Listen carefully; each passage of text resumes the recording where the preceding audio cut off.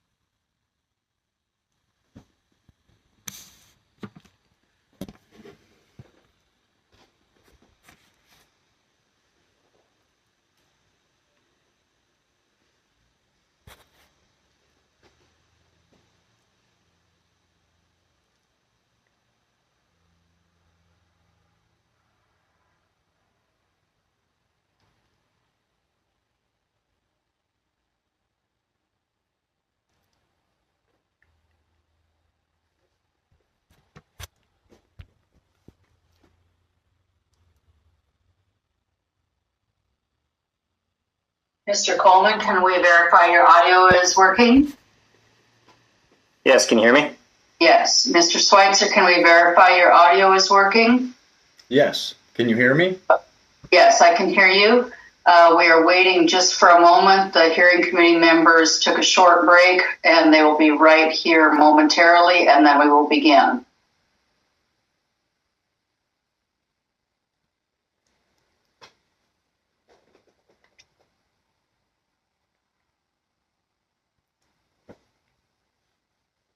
And Madam Clerk, this is Alicia Moss. I am back. I'm not sure if Mr. Stefanik or Yes. Mr. Jacobson are back yet. I am Stefanik here. is back. Yep. Okay, looks like we have everybody. I'm going to begin the recording, and then you can begin your hearing, Miss Chairperson. Thank you. Recording in progress.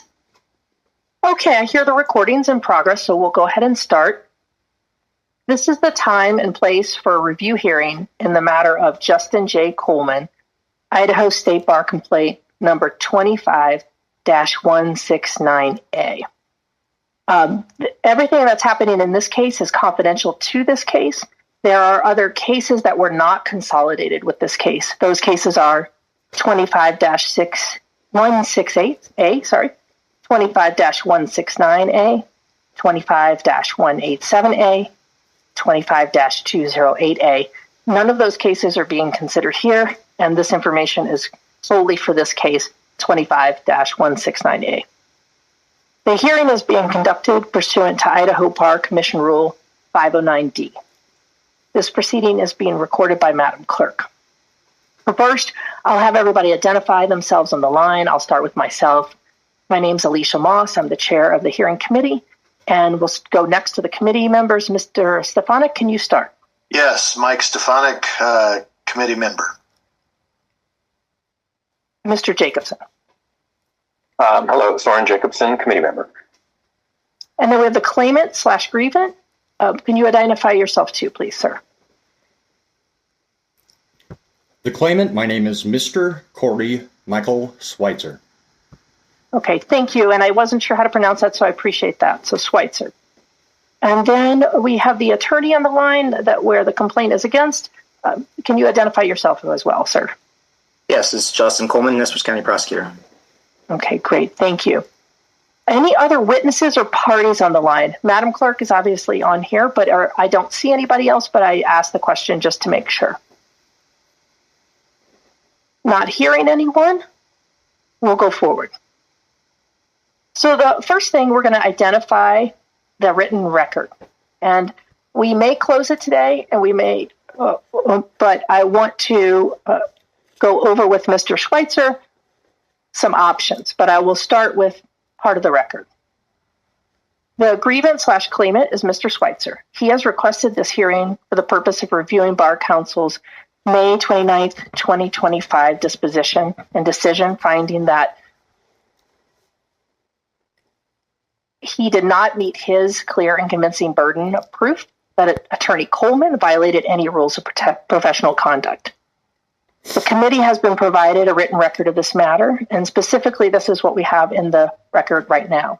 We have an initial submission of Bates stamped pages 1 through 225. That's the initial. Then we have a supplemental submission called the supplemental record, and that is numbered 1 through 1,478. Now, right now, that's what's officially in the record. However, we have received an email, the Idaho State Bar, on January 5th of 2026, and this email included a Google Drive file. We also received an email, the Bar Council, on January 6th that includes what's called the, quote, Coleman Study Guide, and this is also by email. There has been some correspondence back and forth with these two pieces of the record that are not officially in the record at this moment. And I want to address that with you, Mr. Schweitzer, before we go forward, because I don't want to close the record unless we have everything in it. So we have in the email from January 5th of 2026, that Google Drive file, there is part of that email that states that this does not specifically need to be entered into the record because it's the record itself and will be incredibly redundant and unnecessary. However, there were those emails after that email from the committee members basically not saying that they would not come in because it was a large data drop.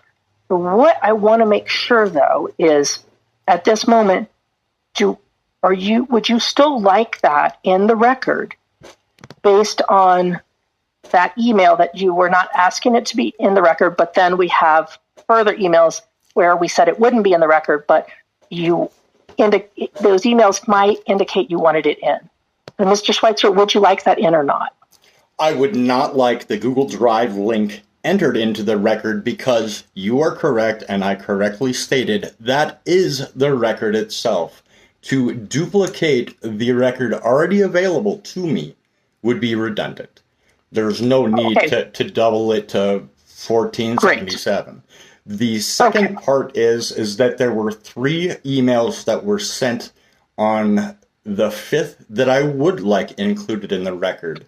Would you like me to list those as well, or would you like to reference the email yourself? Yeah. Let me see. I might have them. I'm trying to make sure I'm clear, so I did print them out for myself. Yes. There was an email on the 5th. So, and then if I missed something, please, Mr. Schweitzer, let me know. But I have the first is we have January 6th at 7:18 a.m. And you're speaking Mountain Time. I'm speaking to you today in Eastern Time. So let's make that clear. Oh, okay. I'm just reading from the email, so that may be it. Well, it was more, at least earlier in the day on January 6th. I'm sorry, January 6th, we have an email. Here, let me go back. I have 5th and 6th. I have 2 different ones. Okay, so we have here, let's start with the January 5th. So January 5th, it starts out, to the gallery of witnesses and news outlets. Yes, Would you like that email included? One moment. Okay, sure. Go ahead. Take your time. The title of that email would be January RICO correspondence, correct? Let's see. Yes, that is correct, sir. And the email at time that you were referencing, let's see. There was a January RICO correspondence that was 1 day ago, Monday, January 5th, sent at 12:33 p.m.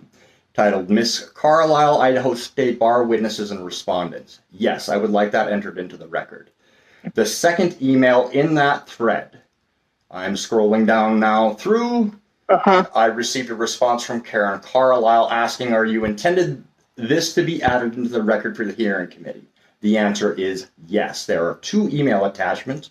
One of them is Gmail urgent follow-up formal fraud, which I do believe is an email to the Idaho State Department of Revenue tax investigator Mariel Gates. I have been working closely with her and Dennis Schatt regarding the tax evasion happening in Travel and RV and pertinent to this case. The second one would be the Idaho State Secretary of State lien search for Travel and RV, in which it has 36 total liens, 32 of them being through that have been satisfied and released. 8 of them currently are open and active. That's the next email. And then you have one after that? And then there is one after that, Ms. Carlisle Witnesses and Respondents. Is that the one you were referring to? Let's see. Let me go back to that one, the initial one. Ms. Carlisle Witnesses and Respondents. It's come to my attention this email sent to Mariel Gates has not been properly attached or transmitted. So then I transmitted that one. That's correct. Gotcha. Yes, that's the third one. Mistake. Okay. Is that formal fraud happens to be to Libertas Funding, the funding for Travel and RVs in later on in this case. That happens to be something else that is related to both Justin Coleman and his previous attorney of record before this hearing, Trey Turner. And so we have three additional emails right now. Are there any more? Well, I mean, the one that I sent today, too. You're talking about January 5th. Talking about the 5th, yes. January 5th. That's all the ones I need. Great, there. that's it for the 5th. All right, wonderful. Okay, so those will be included. I would also like you to include the correspondence with Sue Ann Smith, who happens to be a witness to this matter and has credible evidence. However, I did not get the witness submission in time, affidavits in time for this hearing. So then that is an email that's in this chain, Sue Ann Smith? Yes. Okay, Sue Ann Smith email. Okay. We'll add that one. I would like the entire email chain just added. Might as well. Most emails, the record right now, as it sits, those first 2 submissions do include a lot of the emails, but yes, we can include these January 5th string of emails and then the January 6th string of emails. If you'd like, yes, we can include the whole ones, and it looks like that is the one that Coleman study guide, basically by email. Yes, and the Coleman study guide was intended to give all the answers were I not able to be here today. I have currently health issues going on between me and my romantic partner. Okay, perfect. So then, now that we have that confirmed, we will include those items in the record. Those 4 emails from the 5th and the whole chain, which is basically the whole chain of the 5th emails, and then the whole chain of the 6th emails as well, with the study guide. Okay, perfect. So that's anything else, Mr. Schweitzer, or anything else, Mr. Coleman, that you have not heard me say as far as the record, Bates stamped records of the two additional set of emails? Madam Chair, I don't have anything further. Okay, great. All right, wonderful. So in that record, as we described here with these emails, we also we have the complaint, we have emails with the parties, we have the date, the disposition, and then we have Mr. Schweitzer's request for review. And then we've added our new ones that we just talked about today. And there are no additional materials. So because if there's no additional materials, then we now close the written record completely. So now our record is officially closed. Okay. So before I go forward, though, with the rest of the hearing, Mr. Schweitzer, I want to give you an opportunity. I want to make sure that we have the amount of time we need to review everything. We understand your case fully, and then you also have the time that you need to present based on our review as well.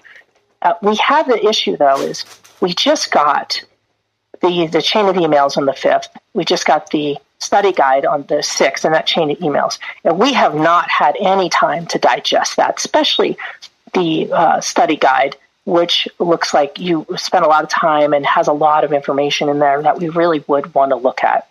I want to give you this opportunity because your this hearing is your chance to talk to us, but it's also our chance as committee members to ask you questions. We get at a bit of a disadvantage when we haven't been able to review everything. And that study guide is very substantial. It has a lot of substantive information in it. And I think your plan is to read it. Now, if you're going to read it, we can read it as well. And we actually then, when we read it, we have a lot of extra time to really digest it and look at it.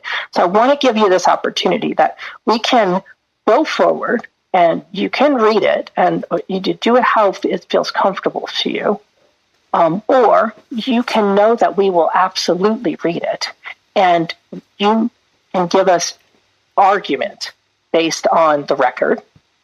Or a third option is if you'd like us to have more time, we can really go through this, continue the hearing, and when we come back to a new hearing, we will have a lot of our questions formulated already based on reading some of these things. The only reason I want to give you that opportunity is because you did say you were reading it, but we will read it. We will absolutely read it, and I want to give you the chance to really give us answers to our questions and give us that. So what do you think based on those three options that you might want to do?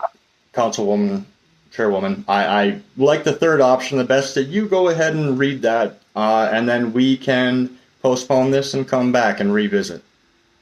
Okay, that's probably the best, because it's honestly a lot of data, and I've already presented all of this data before to Justin Coleman. And I understand it's overwhelming. It's been overwhelming to me, and it's been overwhelming for anyone else to hear. With that said, I submit this decision today not to end this process, but it's a critical piece of this step. And I fundamentally disagree with the bar's decision to have these as separated events, because they are. Oh, I do understand that. We don't want to revisit the arguments, right? That's why I wanted to, and I don't mean to interrupt you, but I just want to set that out because it's already been a decided issue and we want to go forward. We already know that motion has been denied to consolidate. So this is not the forum to appeal that. But if you like the third option, then we will take our time with the new submissions, the new emails you sent on the 5th, and the study guide that you sent on the 6th.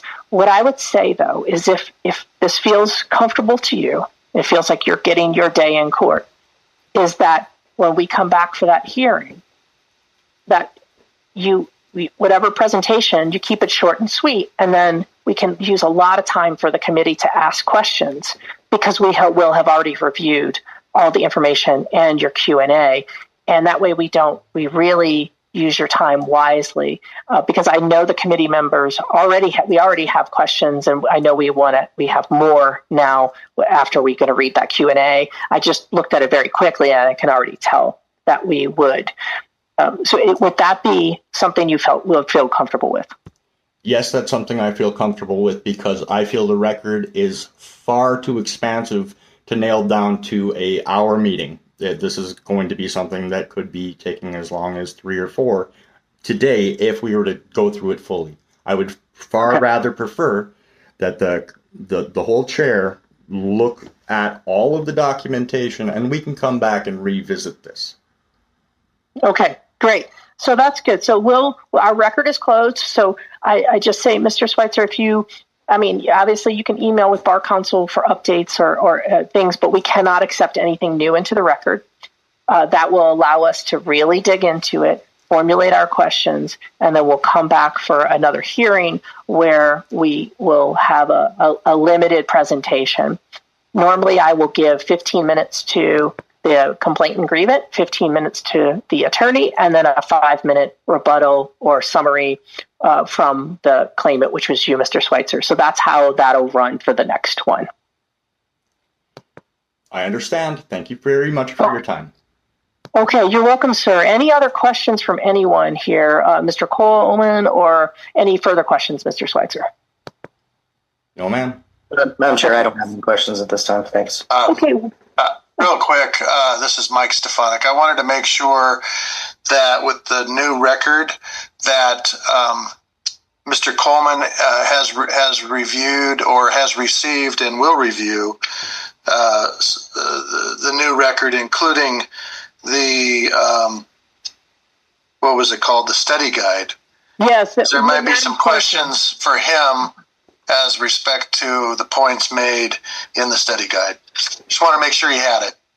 Yeah, and Madam Clerk will, and whoever at the bar will need to bait stamp that and officially bring it into the record, and then Mr. Coleman will get a copy of that served on him. Yes, thank you. And I confirm that I have received it, but I will appreciate getting the bait stamped version. Thanks. And Great. it's important for the record that we do have bait stamp, because we may be saying, I want you to look at this page specifically for questions, and it's helpful to have the bait number. Thank you. Yes, of course, Mr. Stefanik. Okay, and then I will circle around with Madam Clerk about the next hearing date, plus making sure the new evidence gets bait stamped, and then everyone should hear from us shortly. Okay, great. Well, thank you so much, and we'll be seeing everybody soon. Thank you. All right, thank you. Okay, bye. Recording stopped.